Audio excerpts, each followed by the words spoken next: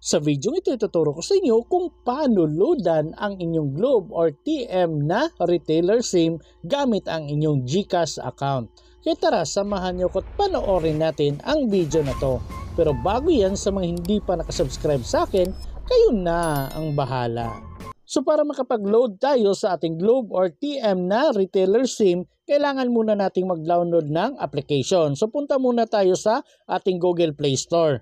At pagkatapos, i-search lang natin dito ang Globe One. And then hanapin lang po natin ang ganitong logo na may pangalan na Globe One or Globe Telecom. So dito i-click lang natin itong install. So antayin lang po natin na ma-install lahat yan. Then pagkatapos kung na-install na, i-click na natin itong open. And then may makikita po kayong ganito. So nasa sa inyo na po yan kung stay in the loop yung pipiliin ninyo or maybe later. So sa akin maybe later para diretso na tayo. And then may makikita kayong ganito. So dahil wala pa tayong account, kailangan muna nating mag-create ng account. So i-click lang natin tong create an account. So dito ilagay nyo na lang po yung Globe or TM na number ninyo. Kahit hindi yung retailer SIM ninyo, basta yung personal na number ninyo, pwede din pong ilagay ninyo dito. At pagkatapos nyo makapaglagay ng number, automatic na magkukulay blue yung continue. So i-click na lang natin itong continue. Make sure na hindi pa naka-register sa Globe One yung cellphone number na nilagay ninyo. Kasi kung naka-register na, ganito po yung makikita ninyo. Pero kung ganito naman yung makikita ninyo, so ibig sabihin yan, pwede po yung cellphone number na nilagay ninyo at hindi pa registered sa Globe One. So nag-send daw sila ng OTP sa cellphone number na nilagay ninyo. So dapat active at nasa sa inyo po yung cellphone number na nilagay ninyo para makareceive po kayo at makalagay kayo ng OTP dito. So bali ganito po yung text na marireceive ninyo galing kay Globe OTP. So bali itong OTP na nandito guys, ilalagay nyo po dito. Pagkatapos nyo malagay, automatic na mapupunta kayo sa pag-setup ng PIN ninyo. So dito kailangan ninyong maglagay ng PIN number or password ninyo. So kayo nang bahalang maglagay ng 6-digit na password ninyo.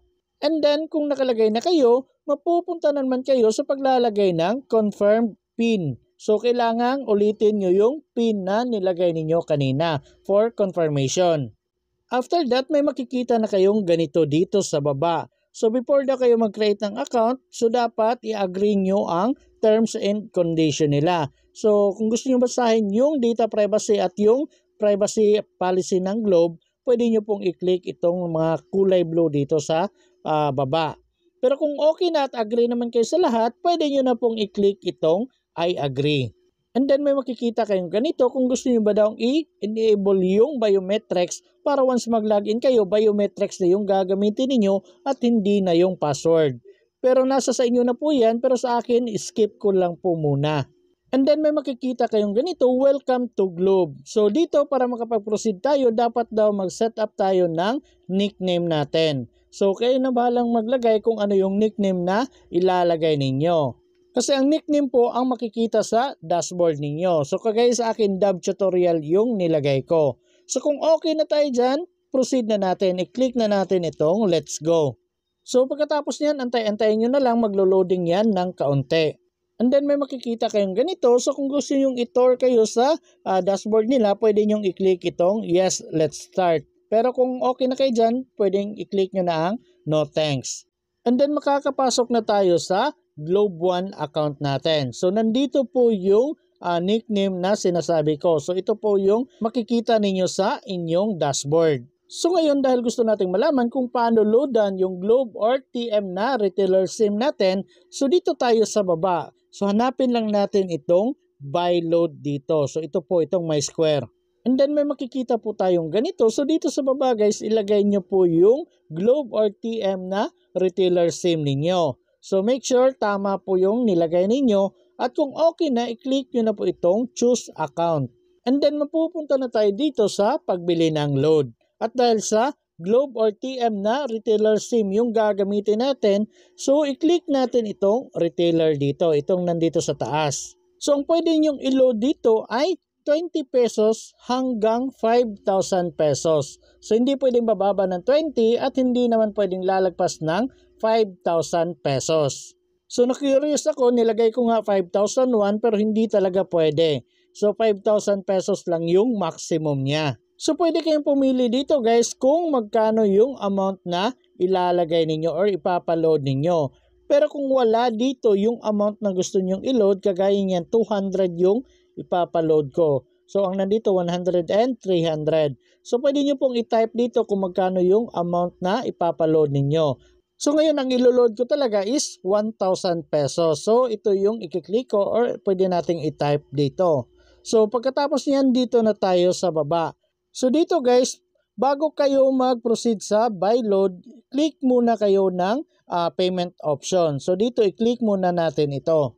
So bali dito pwede kayong pumili kung ano yung mode of payment niyo sa pagpapaload sa inyong Globe or TM na retailer SIM. So pwede kayong gumamit ng GCash, debit or credit card, pwede mga e-wallets, kagaya ng GCash, GrabPay, PayMaya, and ShopeePay. Then dito sa baba pwede rin pay via bank transfer. So sa ngayon ang available nila is BPI, RCBC, and Union Bank lamang. Pero sa ngayon ang gagamitin natin sa pagpapaload ng ating Globe or TM na retailer SIM is GCash. So itong GCash ang pipiliin natin.